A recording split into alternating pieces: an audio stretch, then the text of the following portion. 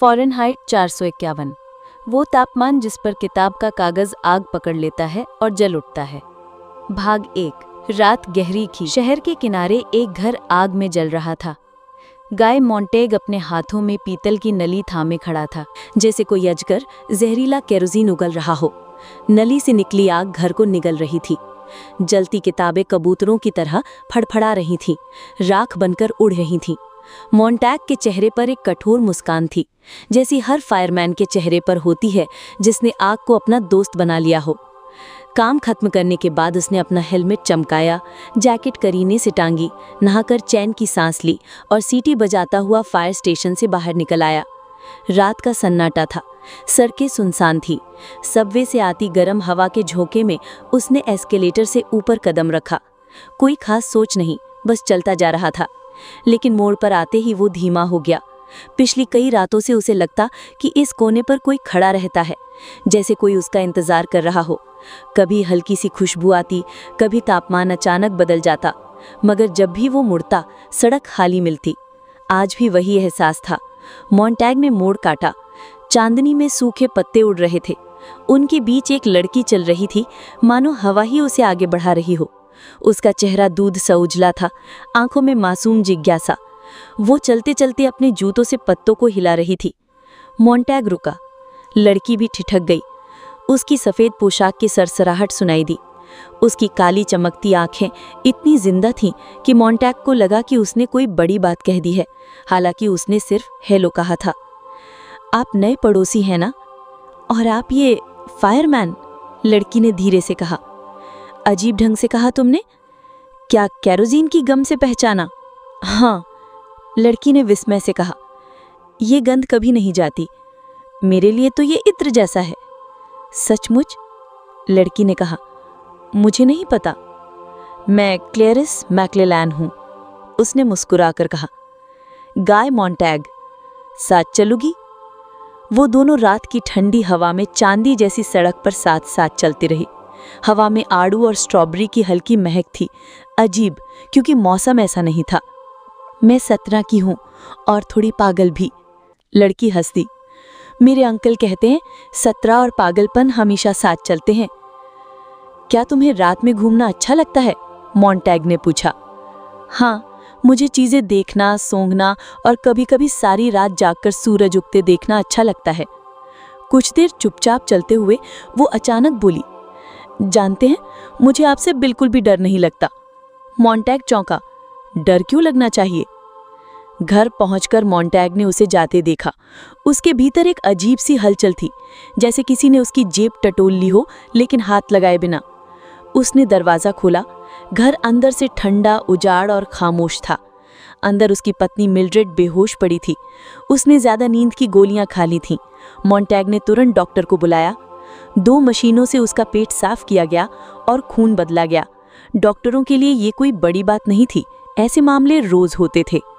Montag बेचैन होकर देर रात तक जागता रहा। उसे याद आया, क्लेरिस ने उससे पूछा था, क्या आप खुश हैं?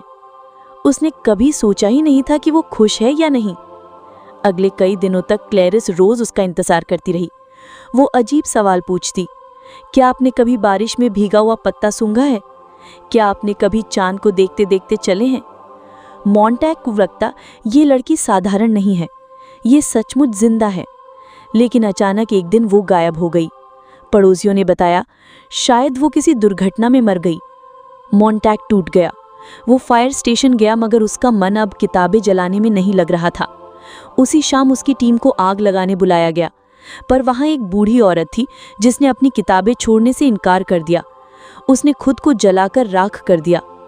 मॉन्टैग की आत्मा कांप उठी। उसने सोचा, किताबों में आखिर ऐसा क्या है कि कोई उनके लिए मर सकता है? उस रात उसने एक किताब उठाई और उसे अपने सीने से लगा लिया। मॉन्टैग बेचैन था। किताबें जलाने वाले हाथ अब किताबें छिपाने लगे थे। उसने चोरी छुपे कई किताबें घर ले जाकर रख दी। जब भी मौका मिलता वो उन्हें जल्दी जल्दी पलटता, मगर शब्द समझ में नहीं आते थे। पन्ने ऐसे फिसल जाते जैसे किसी छलनी से रेत गिरती है। कुछ भी हाथ में नहीं ठहरता। उसका मन जवाब ढूंढ रहा था। किताबें इतनी खतरनाक क्यों हैं? सरकार क्यों कहती है कि इन्हें पढ़ना मना है? मॉन्टैग को याद आया, कभी उसने एक बूढ़े प्रोफेसर से मुलाकात की थी, फेबर। वो आदमी था जो किताबों का असली मतलब समझता था, मगर अब डर के मारे छिपा रहता था। मॉन्टैग उससे मिलने गया। मुझे समझाओ, मॉन्टैग ने कहा, किताबों में ऐसा क्या है जो हमें जानना चाहिए? फेबर ने धीरे से समझाया, किताबें सिर्फ कागज नहीं होती, वे असली जिंदगी का आईना होती हैं। उनमें वो बातें होती हैं जिनसे लोग असहज हो जाते हैं, क्योंकि वो हमें सोचने पर मजबूर करती हैं, और सरकार को ऐसे लोग नहीं चाहिए जो सवाल पूछें। मॉन्टैग का जोश बढ़ गया। तो हमें लोगों तक ये किताबें पहुंचानी होंगी, हमें सबको जगाना होगा। फेबर डर गया। सावधान रहो मॉन्टैग, सरकार किसी को भी बख्शती नहीं, वे तुम्हें पकड़कर कुचल देंगे। लेकिन मॉन्टैग नहीं रुका। फेबर ने उसकी मदद करने का फैसला किया। उसने एक छोटा ईयरपीस दिया, एक नन्हा रेडियो, जिससे वो गुप्त रूप से मॉन्टैग से बात कर सके। दोनों ने एक योजना बनाई। क्यों ना फायरमैनों के घरों में किताबें छिपा दी जाएं, फिर लोग समझेंगे कि ये सारा कानून और व्यवस्था झूठी है। लेकिन मॉन्टैग का गुस्सा बढ़ता जा रहा था। घर लौटकर उसने देखा उसकी पत्नी मिल्ड्रेड और उसकी सहेलियां बड़े आराम से टीवी सीरियल देख रही थीं, जैसे बाहर की दुनिया का कोई मतलब ही ना हो। मॉन्टैग से रहा नहीं गया। उसने उन्हें एक किताब से कविता सुना दी। कविता सुनते ही औरतें डर गईं, उनकी आंखें भर आईं, क्योंकि किताबों के शब्दों ने उनके अंदर दबे एहसास जगा दिए थे। वे चिल्लाने लगी और भाग गईं। उस रात मॉन्टैग का कप्तान बीटी उससे अजीब तरह से बात करने लगा। बीटी के शब्द ऐसे थे मानो वो मॉन्टैग के मन को पढ़ रहा हो। उसने मॉन्टैग को भ्रमित करने के लिए ढेरों उदाहरण दिए, किताबों से, कविताओं से, ताकि साबित कर सके कि किताबें विरोधाभास और उलझन से भरी हैं। मॉन्टैग के अंदर गुस्से और डर का तूफान उठ रहा था। अब वो जानता था कि बीटी उस पर शक कर रहा है। अब हालात काबू से बाहर हो गए थे। मॉन्टैग का कप्तान बीटी अब खुलकर उस पर शक करने लगा था। एक रात अलार्म बजा और फायर ट्रक सीधे उसी गली में रुका जहां मॉन्टैग का घर था। आग लगाओ मॉन्टैग, बीटी ने मुस्कुराते हुए कहा।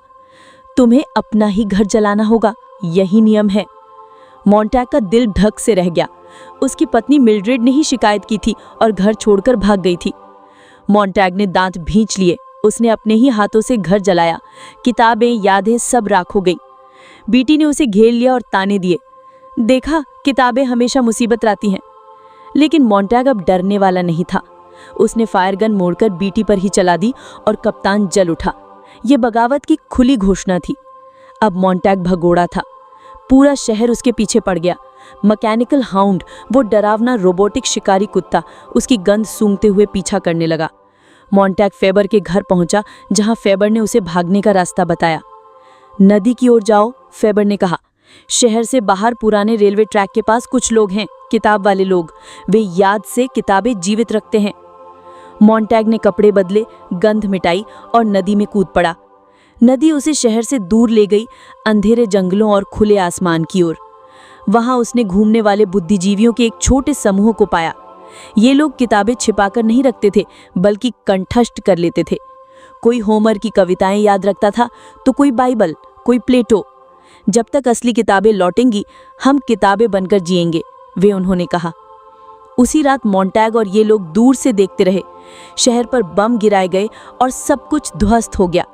मिल्ड्रेड, बीटी और अनगिनत लोग राख में बदल गए। सुबह के पहली किरणों के साथ मॉन्टैग को लगा कि ये अंत नहीं, शुरुआत है। जैसे राख से फीनिक्स उठता है, इंसान भी अपनी गलतियों से सीख सकता है। मॉन्टैग और उसके नए साथी शहर की ओर लौट पड़े, ताकि सभ्यता को किताबों की रोशनी से फिर से जगाया जा सके। किताब का संदेश। किताबें सिर्फ कागज नहीं होती, वे सोचने की ताकत देती हैं। जब लोग सवाल पूछना छोड़ देते हैं, सरकारें उन्हें आसानी से नियंत्रित कर लेती हैं। असली आज़ादी सोचने और सीखने में है, ना कि बस मनोरंजन में खो जाने में।